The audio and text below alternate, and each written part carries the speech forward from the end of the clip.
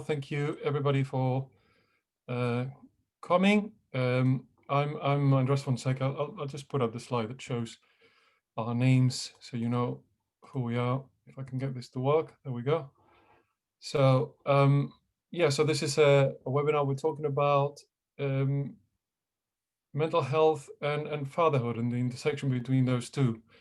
And the way we're doing this seminar is more of as a conversation. So with me, I've got Adam Huxley, who's my co-founder at Thrive, and Simon Jay, who's our commercial director. And um, I'll let them introduce themselves in perhaps a little bit more detail, but basically, they're both dads. I'm a dad as well, but my children are more grown up than theirs. So yeah, Simon, do you want to sort of say a few words? Just to Yeah, welcome sure. everybody. Thank you. And thank you everyone for joining. My name's Simon Jay, and Commercial Director at Thrive. I have a just gone 2-year-old little boy called Noah, who was born on the 9th of September 2018. So 9/9/18. If I forget that one day, I'm in for a lot of problems. But yeah, that's me and my little boy Noah. And Adam, what about you? Yes. Hi everyone. Thank you so much for joining us, Simon. You're getting me thinking about my children's dates of birth there. I'm not going to say it out loud just in case I get it wrong. I did well there on that one. I'm a consultant clinical psychologist and the co-founder of Thrive. And yeah, as Andres has said, we're all fathers. We've kind of had this discussion before. I think I was especially leaning on Andreas when I was getting ready to be a dad for the first time. So yeah, we just thought it'd be useful for people to sort of join the debate, really. So yeah. Yeah, and you've got, how many children do you have? I'm looking forward to Adam, this. tell everybody. Sorry? Sorry again? How many children do you have? Tell everybody. I have two. I have a 6-year-old and a 4-year-old. Yeah, I've got a 13-year-old and a 17-year-old girls, both of them. So there you are. I know what you are going to be looking forward to, I suppose. So there we are. So I thought, I mean, to how to structure the discussion, I thought there's not a lot of evidence for what happens to dads. So there's obviously, for good reasons, there's a lot of research done on mothers and what happens during the perinatal phase in mothers. Perinatal meaning the period of time around the birth, before birth, even sort of during the birth and actually and after the birth, the postnatal period. So there's quite a lot of research, and there are some specialized services available, and there's a recognition that obviously this can be a very significant problem during that phase that affects women. But there's not a lot said, or there's not a lot of research on how it affects men. I mean, there's I suppose Simon and I were talking about this before you all joined us, and I think we all recognize that obviously the problem impacts women more than men, but that's not to say that it doesn't impact men. I don't know, Simon, if you want to say a couple of things about that from your own experience and understanding. It's more, I think it's one of the things that I'm always very conscious of, that I was amazed at what a woman's body goes through, and I think it's fair that the focus should stay on a woman a lot of the time. But it was more that I didn't want to seem like us talking about the impact on fathers undermines undermines the role it has on the mothers as well, and the fathers. So yeah, that was my main thing. Yeah, and it's interesting that you bring that up, because actually I wanted to talk a little bit about what research we do have about what fathers go through. And for example, we know that about 5 to 10% of men experience clinical depression during the perinatal period when they're having children. And we know that about 5 to 15% of men are affected by anxiety disorders. So, interestingly, the studies are last 10 years, no more than that. So if you look at the literature, looking at women, obviously the rates are different and higher. So, there is that to be acknowledged. But the rates are not insignificant for men, and the evidence is more recent. As we have a body of literature going back. But why do you think? Why do you think? I mean, I think we have a better understanding of why it is that it might affect women. There's a collision of you know, there's various biological effects that happen during pregnancy and birth for women, and also there's major life changes. So there's like a constellation of different factors that together collide to produce you know, this period of particular vulnerability for women. But I wanted to, you know, from your own experience, what do you think? Why do you think men are also quite frequently affected? Again, new evidence. I think a lot of fathers are recognizing this in themselves now. But again, like we all were, we're reluctant to voice these concerns because we don't want to take away from obviously what women go through. So I don't know if you wanted to sort of reflect on those numbers that I was just speaking about.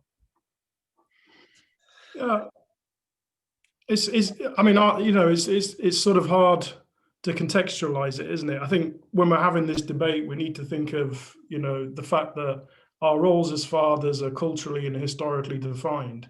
And as we were joining, I was just thinking of my mother's explanation about her birth, and she told me that my granddad, her father, was in the pub when she was being born, and she was waiting for a phone call. He was waiting for a phone call from my grandmother to tell him that it was all over. Whereas I think now, you know, it's very much the case that the partner's alongside the mother, supporting them through the birth. So, yeah, I think we need to sort of mention that. But in terms of the figures, I think, you know, we're probably finding it easier as men, as partners of mothers who are going through childbirth, to reach out for support. I think it's probably more easily detected than it has been historically. So I think that's certainly one of the variables that might, you know, show us that number.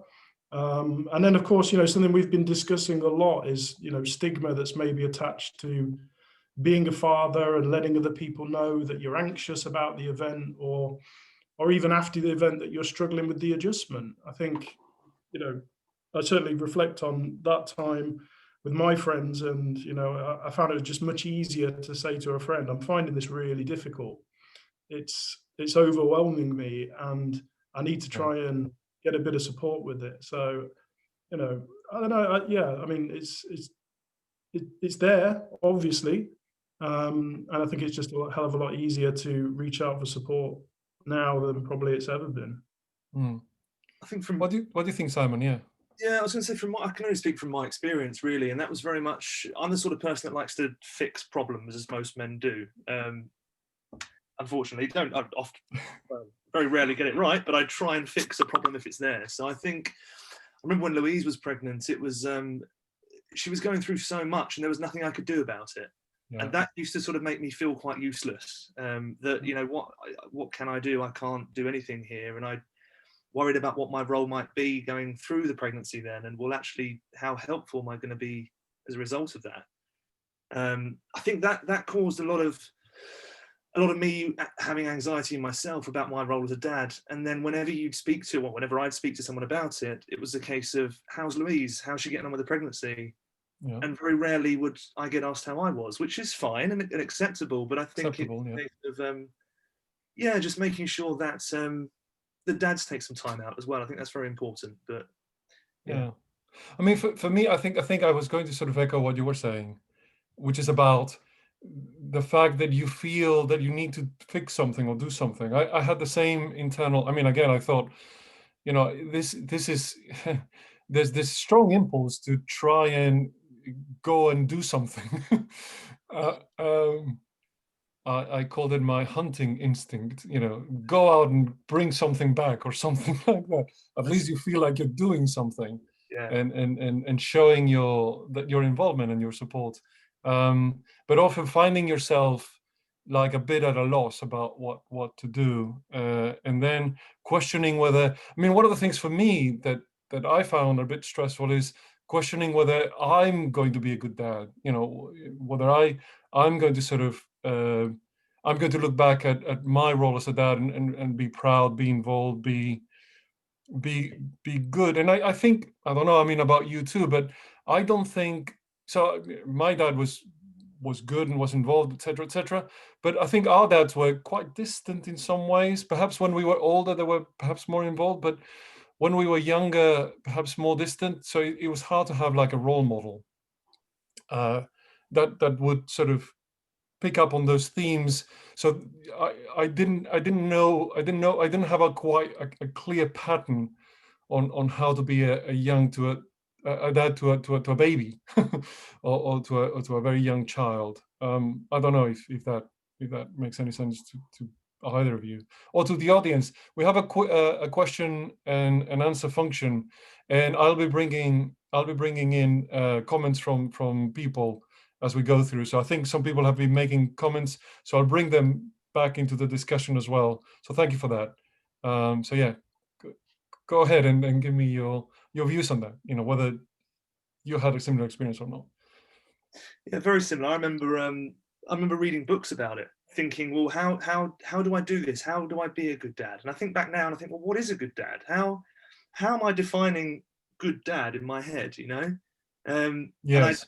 have so much worry about what is a good dad. What do I need to do for the first few weeks? How's this going to look? And I just remember thinking when we got back from the hospital with Noah, it was so worried about, do we have enough nappies? Do we have this? Do we have that? And you get home and then think, well, hang on a minute, Tesco's around the corner. If we're missing anything, we'll just nip in the car, you know? And you suddenly realize all these things that you were so anxious about and worried about, is that going to be okay? It all sorts itself out. So yeah, it does work out.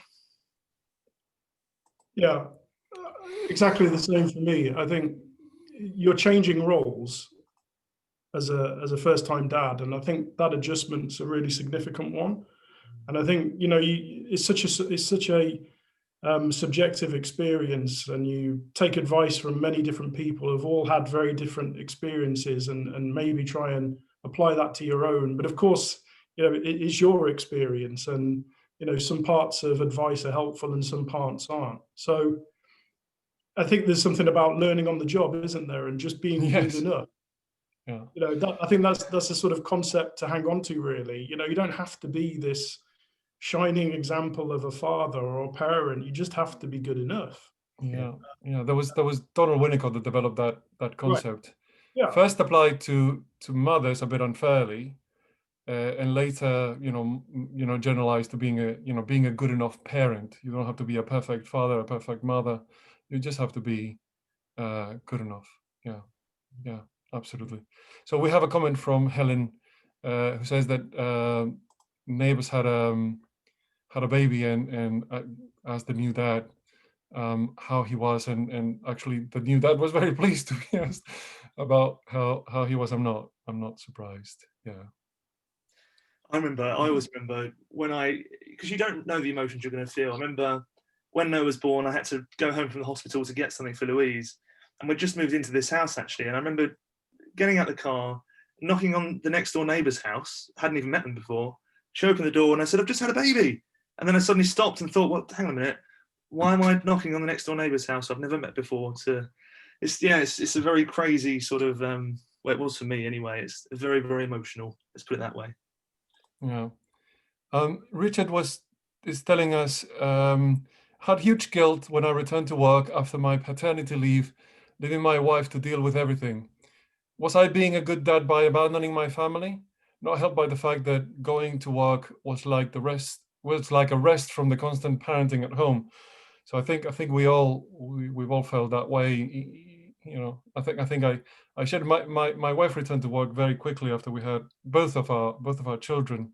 But she was off for 3 months, and kind of I was back at work, and you know, that's the way things were organized. And I share that, you know, I felt guilty. And I mean, I don't know how you felt. Did you think about abandoning your family? Was that a thought that crossed your mind when that was happening during that first period? I mean, I definitely understand Richard. Oh, us. Yeah, both of you. there were certainly times where I remember sitting there thinking, well, what is my role here? Because mother feeds the baby, baby's with the mother all the time. I found it hard to understand what my role in all of this was, and how I could help, because I like to fix things. What can I do then? All right, if I can't feed the baby, can I do this? No, not as well as you can. Okay, well, can I do this? No, not as well as you can. And I did struggle for the first few weeks of thinking, well, hang on a minute, what is my role here? And then you go back to work and get a bit of normality and think, well, I know what I'm doing here, so this fits a bit better. But it's it took a good 6 months or so for me to actually understand and fit in, I think, to some sort of role or routine into what I was doing. Yeah, Adam? Finding that balance was probably the most difficult thing for me. I felt partly relieved at being able to go to work. Yeah, I think we all share that. A bit of a difference in my day.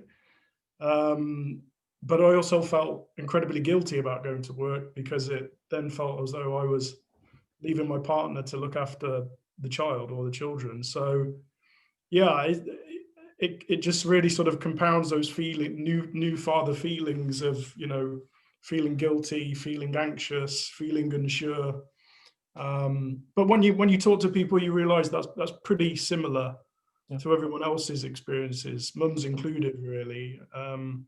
That you have to find that balance in life. You can't forget yourself and the things that you like doing, and the things that give you an identity, and the things that are incredibly important for your own well-being, because it's easy to neglect those things when somebody comes along in your life and they need 24/7 care. So you're thrust into this position of thinking about someone else rather than yourself. And the adjustment that has on your life is to prioritize someone else's needs above your own.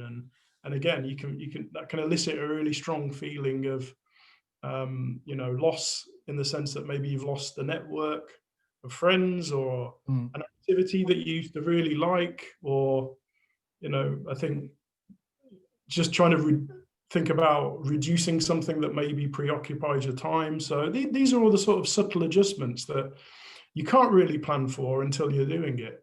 I used to go along to an antenatal class, which I found really useful as a network of support. Not so much the advice, because I think everybody there pretty much had a good idea, but it was just really nice to be with people who had all the same anxieties as you, who were in exactly the same position, give or take a couple of weeks. And I found that incredibly supportive, to adjusting to that time when, you have somebody that you have to look after. So, yeah, having a peer network around you becomes really important. Maybe you don't have it as a family network support, but yeah, I found that really helpful, actually, having a network of people to just help you through it. Yeah, I think somebody's asking us what advice would we give to us past selves. I think it's a good question, actually. Let me bring it in now. What advice would you give yourself as a new dad? Two things for me. The way to fix everything is to not fix it and just yeah. I agree. But that's one thing. It's not to want to fix everything, rather than sometimes it's just about listening. Yeah, exactly. Listening, and being with, being the shoulder to cry on, and that's it. That's a huge part of it. And the second thing is to take the pressure off, because if you run out of nappies, Tesco's around the corner. If you need pseudo cream, Boots is around the corner. All of these problems that I used to worry so much about, when the baby comes, is that going to be right? Everything works itself out. We spent the first 24 hours awake, staring at this baby, thinking, what the hell do we do with this? But after that initial 24 hours, it starts to become natural and everything happens. And all of these books I read go out the window completely, and you learn to do things your way, and I think that's one thing I'd say to myself: take the pressure off. Yeah, take the pressure off yourself. Is this huge pressure? Am I going to be a good dad? Do I have to be paying attention to just absolutely everything all the time? I think it's what Adam was saying earlier about, just be good enough. Just be good enough. That's all you need to sort of do. be good enough and be loving and be supportive, and that's good enough. Yeah. Adam, any advice that you would give your Yeah, younger self? Yeah. I'd love to tell myself not to spend hundreds of pounds on gadgets that are going to help your newborn sleep, because they just didn't work. That's I'm sure they've true. worked for somebody out there, but for us, it just didn't work at all. Every sheep that used to play peaceful music or light up it just didn't work. So I guess I could have saved myself a bunch of money just going through it the natural way. Mhm. I have something from Paul, but I'll bring it in later, I think, because I think we might come to those points that he's raising a bit later. But I did want to sort of say that the fact that the children, so we know something about the children when fathers have problems, when they're going through mental health problems. So we know that the children of fathers that experience depression and anxiety have an increased risk of emotional difficulties, even if the mother is well. So there's an extra effect from the father being unwell. So again, it seems to compound it when both the father and the mother are struggling. But if only the father alone is struggling, it seems to affect the risk of children, which is something that perhaps most people wouldn't expect. In fact, the same study looked at, we know that a father's involvement, this from the study, it seems to reduce the risk of emotional and behavioral difficulties. Again, protecting even when the mother is depressed. So a depressed father can increase the risk even if the mother is well. And when the mother is not well, when the mother is struggling, a father that is involved and emotionally supportive seems to protect the emotional health of children in the future. So it seems that, to me, traditionally, there wasn't a clear role in the emotional development of children for the father, maybe. But it seems that the evidence suggests that there is a role to play. and if you're not looking after yourself, so some of the questions, do we feel guilty about looking after ourselves? Looking after yourself, is my point, results in actually improvement in the health of your children. So if you're taking care of yourself, if you're doing things to keep yourself well, it's not that, this is a good investment into your partner's health and into your children's health. It's kind of my point. But I don't know what you both think about that. I mean, it makes absolute sense, doesn't it? I think, I think we should also say that the sort of conception of the family unit is again changing over time, isn't it? So I think our perceptions of our roles as fathers has changed considerably, and the expectations of us are probably a little bit more than just being the person that, hands out the discipline or sets the agenda in terms of punishment. I think it's much more of a joint enterprise, if you want to describe it that way. So, yeah, it doesn't surprise me at all. I think, having a validating environment to grow up in is really protective. And that means that, both of the caregivers are available and are able to commit to, giving basic needs to the child, but also, taking the strain off each other, so that it doesn't always just fall to one person, which maybe historically has just been the mother. So yeah, I think, as we've said, part of that is also recognizing your own well-being and not overwhelming yourself, and, Yeah. and not trying to sort of, again, be the perfect parent, and feeling okay about asking your family network for a bit of help, whether that's financially or just babysitting, or just something as really simple as coming around for a couple of hours so you can take a bath if you're a new parent. Just really simple things sometimes. Yeah, absolutely. It would have been handy if I'd have known that while Louise was pregnant as well, because it's the sort of thing that I wish I would have made more time for myself during that period. So it goes back to what we were saying about looking after yourself first. I mean, things like having a round of golf once a week. That's, as you know, that's my form of mindfulness anyway. Exactly. Yeah. Is on one thing and all the rest of it. But to just do something for you as a man, away from the family, away from everything else, and just focus on you for a bit of time and keep yourself feeling well so that you can support other people. It's interesting that the thing we were just talking about is confounded by research. So yeah, that's interesting to know. Yeah, yeah. And I mean, for example, me and my wife, we had a way to divide things amongst ourselves so that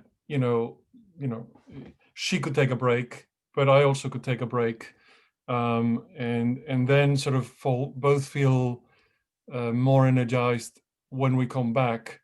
So we did plenty of things together, but there was some things that we did, where she would be doing things on her own, and when I was completely left on my own to deal with everything while she was taking a break. And I think what Adam says about having friends, family in particular, support you if you can, then that is, you shouldn't feel bad about asking for help. Is I suppose what I would say. Yeah. So I mean, parents. So there was a qualitative study published, I think last year, no, 2 years ago. That was interviewing dads just about their experience, and one of the things that came from the interviewing dads is, what about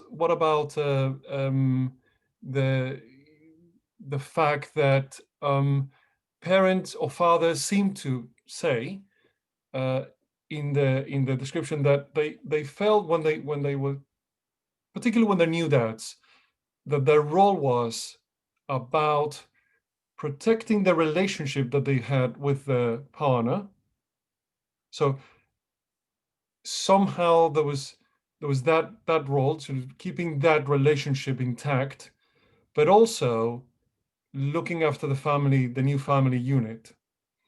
And what the men were commenting on in those circumstances, that those two things may come into conflict, if that makes sense.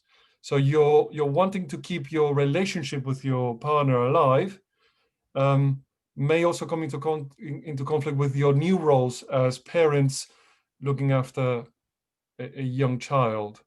So this was felt as a stressor, that tension between those two roles by dads. I don't know if you had any experiences of that.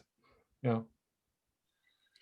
I think it's a totally new relationship that you almost move into, don't you, as mum and dad, which is it's nothing prepared me for that.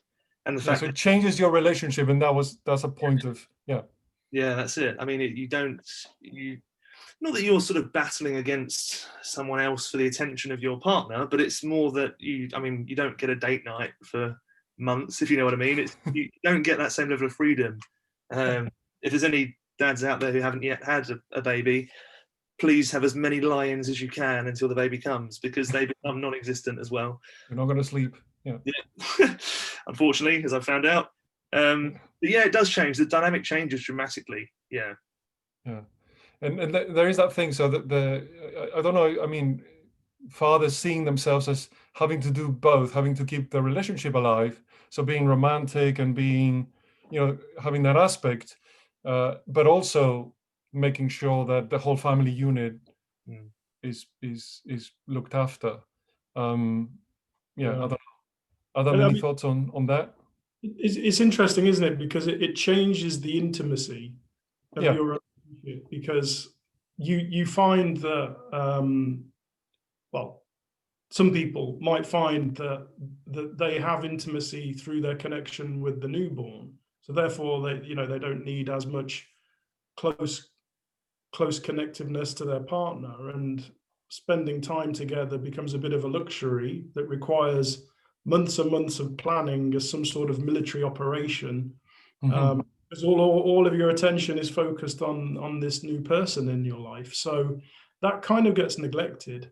I mean, I would just say that, I think as parents, so this is mothers as well, you end up trying to juggle so many roles in your life. You might be an employee, you're obviously a new parent, you're a partner, and then you have all the other demands of extended family life. So that's a real pressure, and something that I found particularly difficult, just trying to prioritize which role at any particular time. So, there was just times when, I was at work, for example, and my partner would call me and say, "Oh, this is happening," and I'd think, "Okay, I'm in a bit of a dilemma here. Do I go back and support with that, or do I Yeah. stay at work? What are my colleagues going to think about me if I prioritize my family's needs above my work needs?" So, yeah, I think all of it is just sort of a balancing act, isn't it? And that includes your relationship with your partner. And again, as we've been saying, and I appreciate it's easier said than done, but just making the time so that you can keep that connection together as partners. And if that, as Simon said, means planning a date night at some point and getting somebody to help you out with childcare, then yeah, that's really important. Yeah, absolutely. And don't feel, I mean, I again, you tend to feel guilty if you want to sort of have some time alone with your partner. You kind of feel, or I felt guilty at times, for just wanting that. But I don't think you should. And I think, I mean, again, I think it does help. Well, I'm sure it does help your partner as well. And the mother might not be able to be doing that planning, whereas you might have the headspace to do it and do it for you both. And that could be very helpful to your partner. So again, it's about not feeling guilty about wanting that relationship to continue.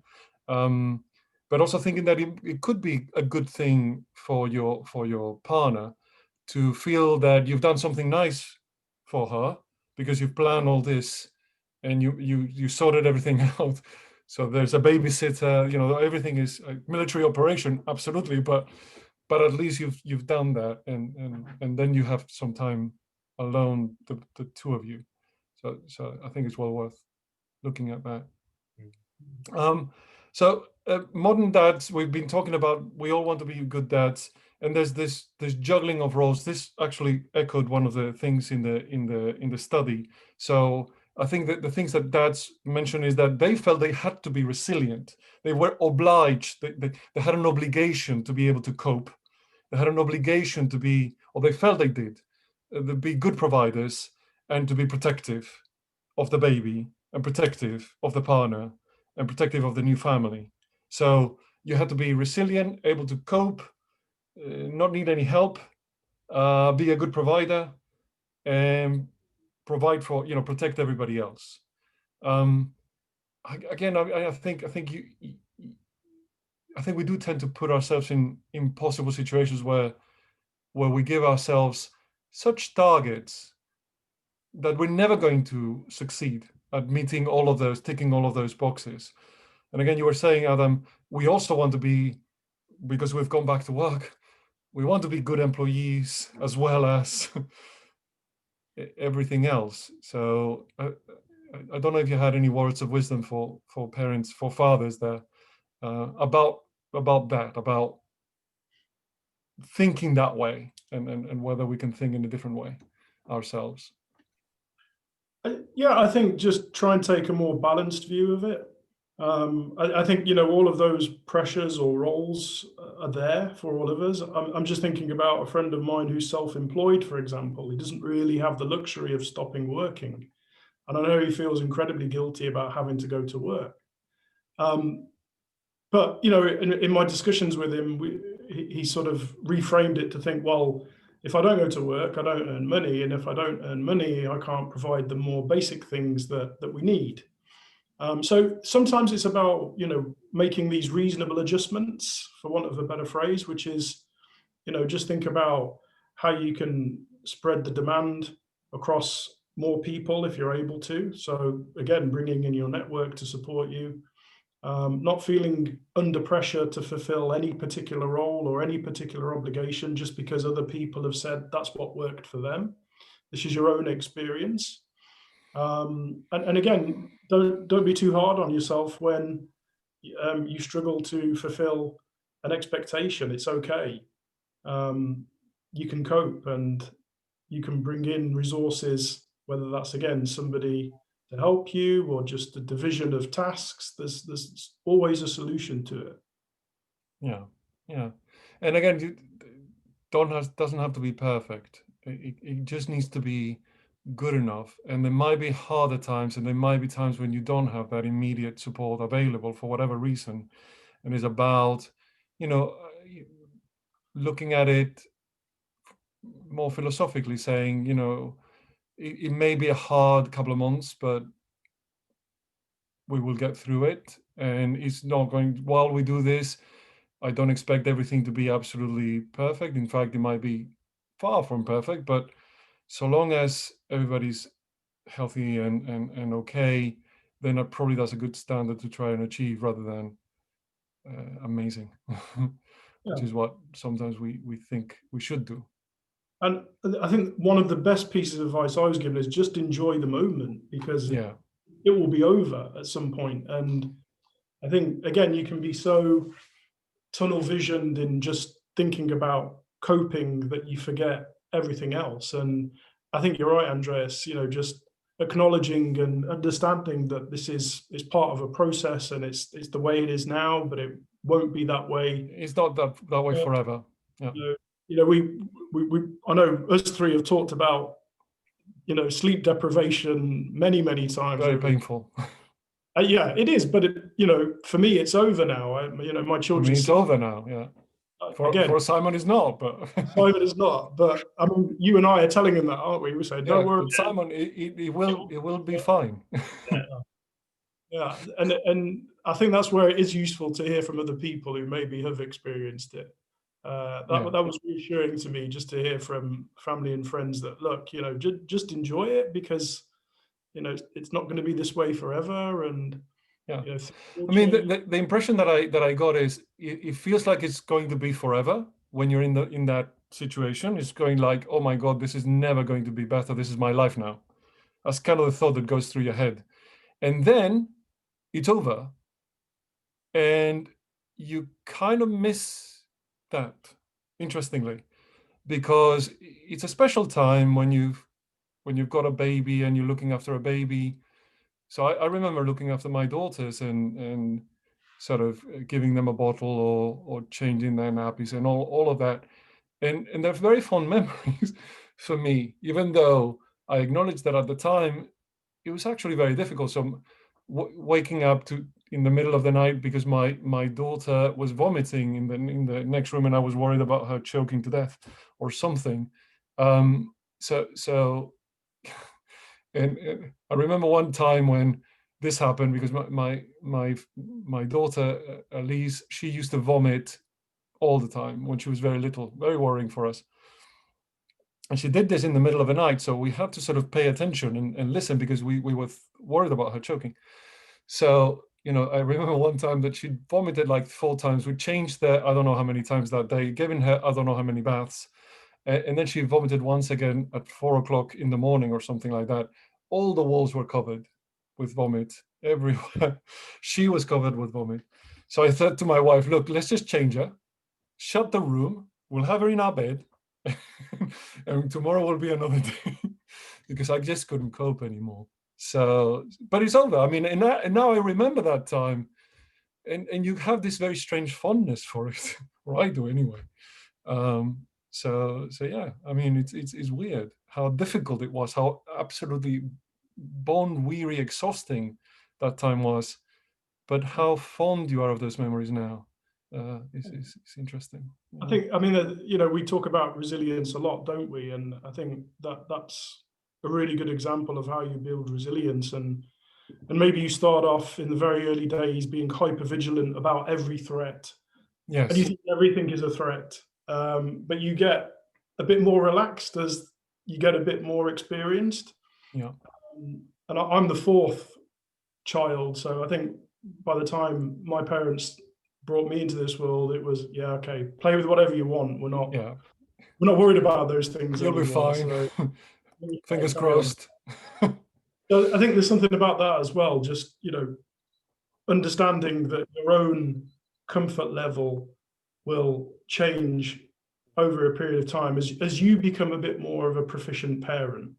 And you can really only get that through experience. And that's enjoyable, I think, to sort of see that you've overcome whatever that difficulty was at that time, and that, you know, you didn't catastrophize the whole situation. It wasn't as bad as you thought, and you've got some evidence. Eventually got like that. I mean, I think we have a comment from Richard that I'll bring in now. We've got another couple of questions from the comments that we will address. Don't worry. But yeah, so he's saying, I'm genuinely scared about having to go through sleepless nights again with now my 3-year-old and expecting our second child. It wasn't, and he said, and I don't have fond memories of when the 3-year-old was giving us sleepless nights. Of course you don't, Richard. That's absolute. I didn't so my 2 daughters are 4 years apart. When my second daughter was born, I still had not recovered, and I didn't have any fond memories of anything. I only can say that now that my children are 13 and 17. This is what I'm talking about.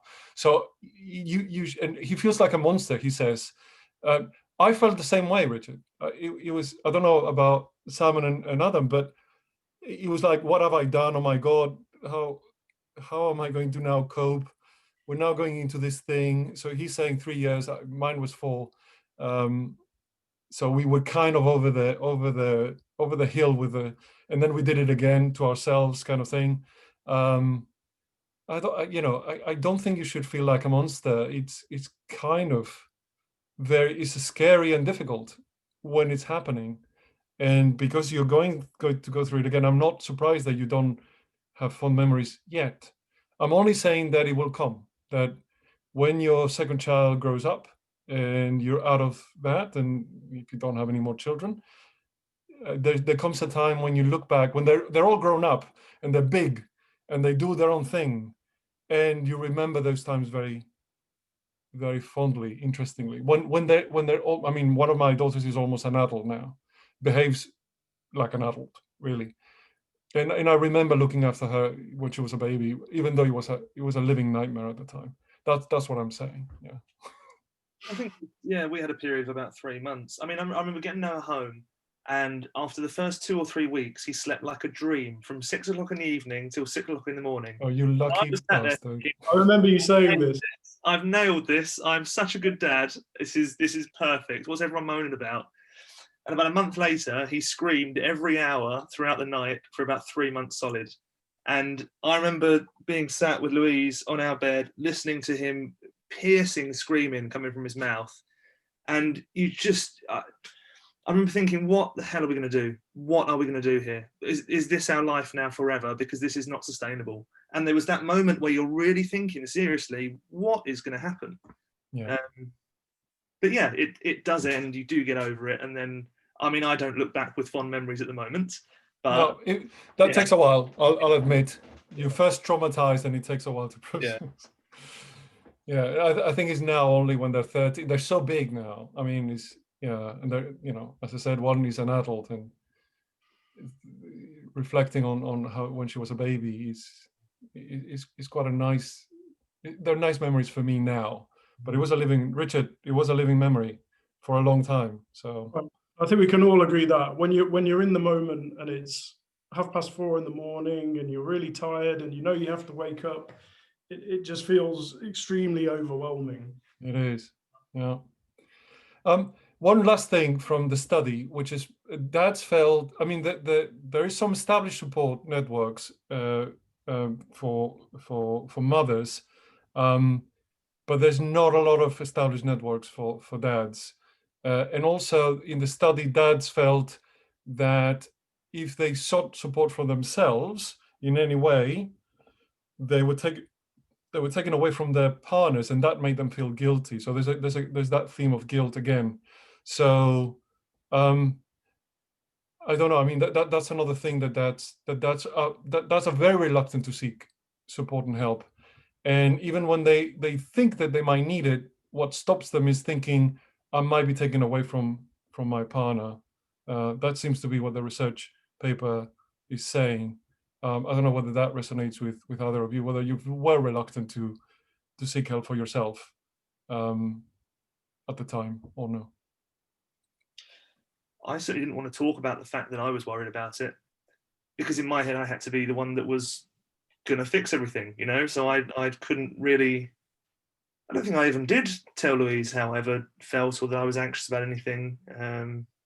No, Yeah, you didn't want to put it on her plate, did you? no, not at all. No, exactly. And because everyone asks her how she's doing, my role is to look after her, and therefore I can't feel any negativity. I need to be the strong one, you know. So yeah, I that resonates with me. Yeah. I mean, I think the lesson is that we should, because our emotional health affects our children as well. Yeah, that's So interesting. that's kind of the point. Yeah. Yeah. Let's bring in a couple of more questions from, unless you have any comments for that, Adam.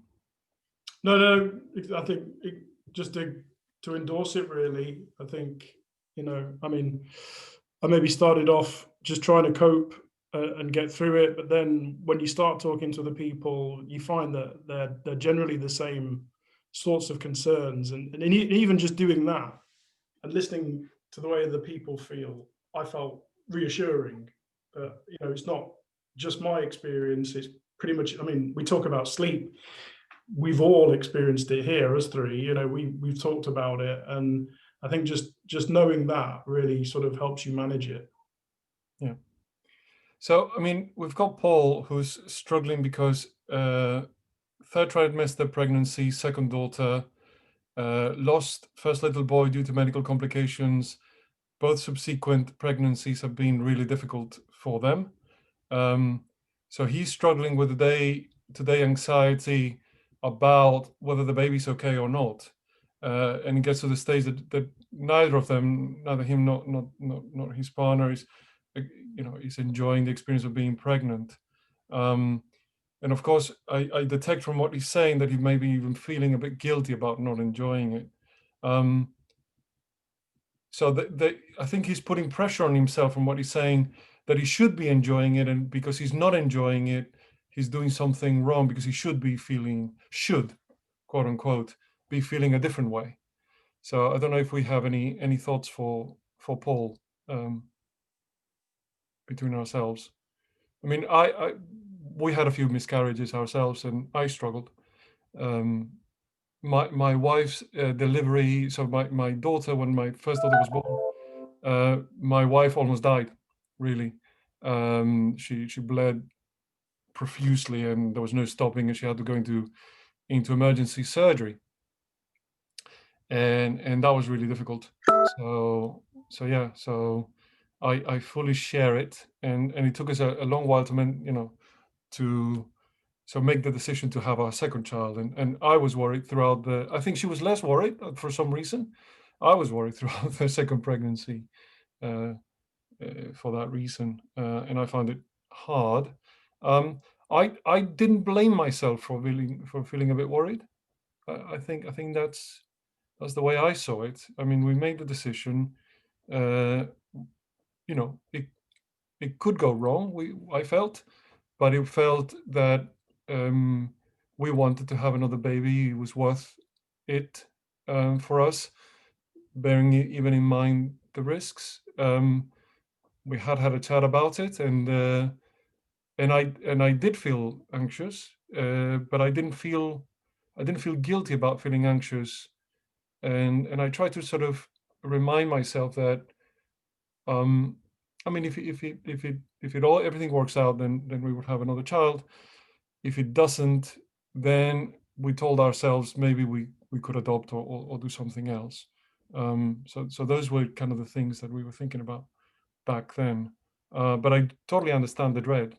I don't think I would feel bad about being a bit apprehensive. But again, I think you're putting a lot of pressure on yourself, there. Uh, you know, I don't think you should reject your own feelings as you're experiencing them. It's better. Is there a more useful way to thinking about the whole situation? What are the potential solutions? Yes, it could go disastrously wrong. None of us knows the future. Things could go wrong every day for every reason. But that's not the way to live your life, right? So it's about having, yes, acknowledging that you are anxious, that you are worried. That's perfectly fine, but it's trying not to let it overwhelm you in in various ways, thinking about what the possible outcomes would be, and what you would do in each of those, how you would deal with the situation in each of those. I don't know if you both had similar anxieties, or you have any words for Paul, any advice for Paul? Yeah, I think I'm sorry for your loss, Paul. Yes. You can never really remove that anxiety, I think, even if No. you haven't had sort of same experiences that you've had, Paul. I think it's natural to sort of feel anxious and about event, particularly if it's the first time, because you don't really know how it's going to work out. But equally, you know, it's about sort of making sure you don't spend all of your time feeling anxious, and, you know, just making time to think a bit more optimistically about things. Or, as Andreas has said, you know, just sort of understand that, yes, that, you know, things might not work out, but they may well work out absolutely fine. And, you know, not to feel guilty about what is a really common anxiety that lots of people will have. Yeah, and don't push yourself to think, I should not feel this way. That's not a helpful thing. So you're anxious, and you probably have a reasonable reason to feel anxious. So I wouldn't feel bad about feeling a bit anxious. That's one thing. And the other thing is, if it is getting to you, then it might be a good reason to seek help and seek support. So if the anxiety is quite powerful and it's hard to deal with, again, is that thing about maybe you do need that extra support for yourself during this time, and don't feel guilty about seeking it out, because if you need it, you need it. And if you're able to manage that anxiety better, it's not going to go away, because I think we all have it. But if you manage to manage it better, if you cope with it better, then you know that you're going to be more capable of supporting yourself and your partner, regardless of what happens. You know, hopefully it will all work out. But, you know, again, one needs to be thinking about what to do, and how to cope with a difficult scenario. And sometimes you do need the support and help through that difficult period. We also have a couple of comments about feeling isolated. In lockdown, having you know, working from home. Maybe your partner is one person was saying, partner was affected by postnatal depression. They are trying the father is trying to manage work at the same time, but then he's hearing about her not coping, and he's on a meeting on the phone and juggling that. So being at home, it's a particular challenge during this time. And I don't know whether either of you have any advice about having a young child, or having a partner who's struggling, and having that through lockdown, and also not being able to elicit support from others during lockdown, because basically the rules don't allow it. Yeah. Yeah, we had that. So we're heavily reliant on my mother and Louise's mother to help us look after Noah. And she works sort of senior level in hospitality. So at the start of lockdown, she lost her job, and we had no support for our little boy. So our income was halved. And yeah, work got busier for us at Thrive. And we had a little boy screaming and running around downstairs and making noise on Zoom calls. And yeah, it was there was a lot of different anxieties flying around at that moment. It was difficult, and my role then became more around. I mean, I'm lucky because we have a flexible working policy anyway at Thrive, so it was easier for me. But I was able to sort of shift my day slightly more around what they were doing, so I could help Louise out with the baby at certain points of the day to allow her to do some of her bits as well and look for jobs and all the rest of it. And we sort of had to be a team, a joint venture, as you mentioned, Adam. And it was about creating that partnership together on how we're going to tackle this issue together, and which roles do each of us play, and how we're going to make this happen. And I don't think it's unreasonable to ask your employer to have some flexibility because you're at work, because you're at home. Basically, your hours are immediately more flexible, so you may be able to sort of have time in the middle of the day to support your partner. Just discuss it with your manager. I don't think that's an unreasonable request, and it's one of those reasonable adaptations that Adam was talking about. Yeah, just a suggestion to sort of be able to do that and say, I think your employer should understand that obviously you are a parent, the children are at home, your partner is at home, and you may need time during the day to give your partner some respite, and that's reasonable, I think. Don't know, Adam, any other thoughts? Yeah, I think the same as Simon, really. I mean, the only other thing just to add on is, try and keep that network involved, even if they can't be there physically.